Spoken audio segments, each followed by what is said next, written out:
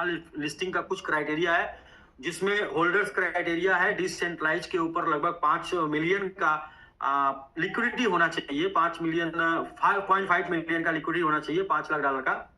इसके अलावा एक क्राइटेरिया सोशल मीडिया की तो है। उसके अलावा जो मेन 2-3 क्राइटेरिया वो मैं बता देता हूँ, उसमें हम लोग फुलफिल हो पाएंगे कि नहीं। पहला क्राइटेरिया ये है कि वो डिसेंट्रलाइज 5 लाख हो जाएंगे अगले 5-6 महीने में।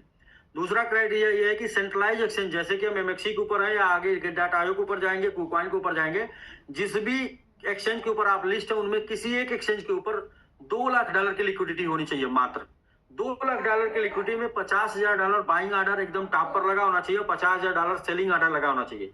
जो आप 50 मतलब कि उसका कहने का ये मतलब है, कोई भी बेचने आए तो 50,000 का बेचे 1-2% के लॉस में, कोई भी खरीदने आए तो 50,000 का खरीदे 1-2% के लॉस में। तो 2 लाख की लिक्विडिटी होगी तो 50,000 का ऑर्डर ऊपर ही सेट होगा, और उस 2% प्लस और 2% माइनस में। ये उसी क्राइटेरिया है जो कि हम लोग फुलफिल कर देंगे अगले 1 से 2 महीने में, अगले 1 से 2 महीने में, यानी कि फरवरी और मार्च जाते जाते हम इस क्राइटेरिया को फुलफिल कर देंगे।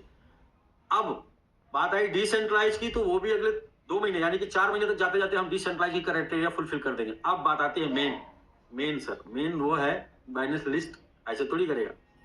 बाइनेंस लिस्टिंग में वो एक अकाउंट लेगा जिसके ऊपर ट्रेड चलेगा, उसमें $10 लाख यूएसडीटी और $10 लाख का सबमिट चाहिए, वो नहीं लेगा, वो सिर्फ ट्रेड करने के लिए। दूसरा जो है $10 लाख फीस उसकी है कम से कम, और साथ में 1.5% अपनी कम्युनिटी को डिस्ट्रीब्यूट करने के लिए लेगा। 1.5% टोकन, सपोज करिए कि हम लोग 10 के ऊपर होंगे तो उस समय 1.5% टोकन की वैल्यू होगी $30 लाख। तो वो अपनी कम्युनिटी को डिस्ट्रीब्यूट करने के लिए, जिसको बोलते हैं एयर ड्रॉप, जिसको बोलते हैं मार्केटिंग करने के लिए लेगा।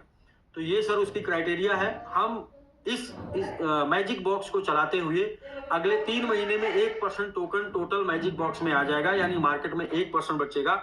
और अगले 3 महीने में मार्केट में 1% भी टोकन नहीं बचेगा यदि टोकन नया बाई नहीं हुआ तो। और यदि टोकन नया बाई होगा तो फंड आएगा सर, और वो फंड आएगा जिसको बोलेंगे लिक्विडिटी आएगी सर, लिक्विडिटी। तो यदि हम सभी लोग अगले 3 महीने में 5 पर चले जाते हैं, 5 पर चले जाते हैं, तो 5 पर जाने के बाद 5 पर चले जाते हैं तो हमारा जो बॉक्स में टोकन आएगा वो आएगा 1%। अब मार्केट में वहां से बचेगा 1%, और 1% टोकन जो मार्केट में बचेगा वो टोकन ऐसा नहीं है कि मार्केट का सारा टोकन आ जाएगा। वो ऐसा मान के चलेंगे कि मार्केट का 1% मार्केट में रहेगा ही रहेगा। तो वहां से जो अगले 3 महीने में 1% की हम बॉक्स में चलेंगे, अगले 2 महीने 2.5 महीने में वहां से सर $10 लाख का लिक्विडिटी आएगा, यानी कि ये एक्सचेंज का काम कंप्लीट हो जाएगा। और उसके बाद जो अगले 1-2 महीने में, अगले सिर्फ 1-2 महीने में 1% से ज्यादा की स्टेकिंग होगी 2 महीने के अंदर। तो वो 1% जो होगा वो 20 लाख के बराबर होगा। यानी कि प्रॉपर तरीके से प्लानिंग जो मैंने आपको बताई है, इसके ऊपर काम हुआ तो हम 6 से 7 महीने मैक्सिमम हाईएस्ट बाइनेंस की अल्फा पे लिस्ट हो जाएंगे। यदि